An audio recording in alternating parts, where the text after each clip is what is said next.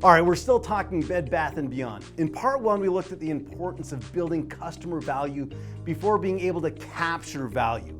We looked at what Bed Bath & Beyond brought us as a category killer. A wide selection of designer brands that was curated to the local market, a unique treasure hunting shopping experience, a layout that added to that destination feel, all at a favorable price, especially with its innovative coupon strategy. We also briefly mentioned some challenges to that strategy from both online and brick and mortar retailers. So now let's look at a few key points to Bed Bath & Beyond's financial strategy and the company's eventual failure. There are three key things to think about in this story. First, differentiation. Second, scale, and then finally, financial engineering. So let's talk about differentiation. We like to say, if you're not unique, you better be cheap and sell a whole lot. So here's an example. My son convinced me recently that I needed to buy a pair of Air Jordans. After months of persuasion, I finally relented and paid more than I thought I should for any pair of sneakers, even paying over the original retail price. And the experience of wearing them, well, they're not uncomfortable, but they're also not the most comfortable shoes I've worn. So why did I need them? Well, because they're J's. I need them because of the cash, the experience of walking into that sneaker store and seeing a wall of exclusive sneakers. Shout out to the cooperative in Orem, Utah. The fact that I'm now part of a crowd, I can now participate in having kicks that others can't. That's why I paid more than retail. And that's what we all do.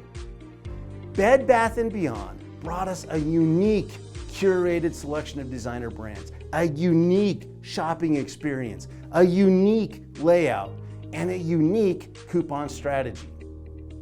We ate it up. We were even willing to pay a little bit more sometimes for that uniqueness. And that contributed to the company's success and healthy margins. The second thing we have to look at is scale. Carrying such a large selection of inventory in such a large footprint costs a lot of money. Expanding locations allowed for economies of scale, meaning Bed Bath & Beyond had purchasing and bargaining power. They were able to operate the business at a lower cost as compared to a department store or other independent stores. So think about what would be cheaper. If we were to operate a lemonade stand, would it be cheaper to buy one lemon, 1 cup of sugar, 1 bottle of water, and 1 cup at a time?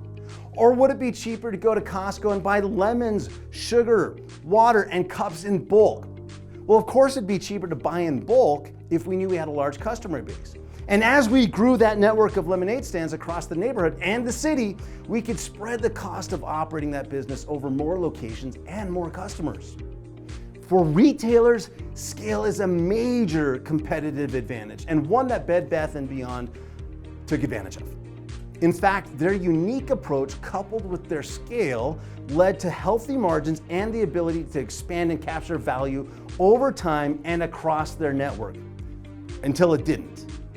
With increased competition from online and brick and mortar retailers, Bed Bath & Beyond's expansion actually became a weakness and ultimately a threat. It may be obvious, but with expansion of stores comes expansion of costs. Here's the problem. With additional competition, instead of enjoying proportional growth in market share, they started losing market share. They saw increased costs without the increase in sales, eating into margins and eventually causing losses. Here's where the third part comes in, financial engineering. With these new losses came new management, and ultimately in 2019, instead of focusing on creating value for customer, this new management decided to focus on short-term strategy of capturing value to keep investors interested. They resorted to cost-cutting strategies, they were less generous with their coupons, and spent precious capital on stock buybacks instead of changing the consumer experience. They may have been trying to buy time, but what they really bought was the final nail in the company's coffin. No amount of cost cutting, price discipline, and financial engineering strategies to capture value could build enough value for the customers. Management was late in adapting to the new realities of how customers were purchasing online and in store. They lost the core of how they built the value for customers and ran out of cash and time. Again, I'll end with the quote from Jonathan Knowles and his team of authors, and one final comment after that. Here's the quote. The engine of sustainable business success is customer value creation. A core tenet of leadership is that value must be created before it can be captured. This means it is critical for leaders to understand what is driving its relevance to its customers and what the sources of its distinctiveness are.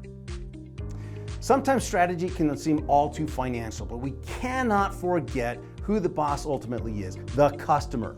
We must build value for the customer before we can capture it. And that is understanding the big picture, and that is just good business acumen.